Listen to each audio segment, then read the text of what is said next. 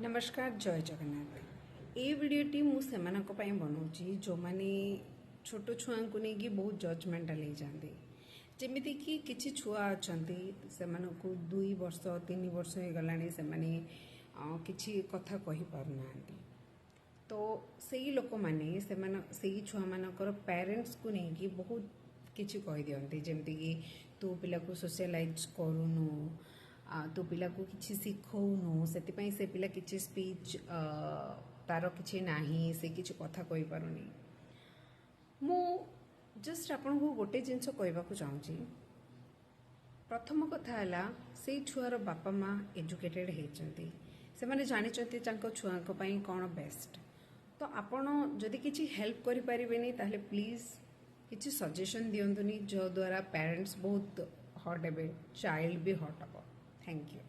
Jai Jagannath.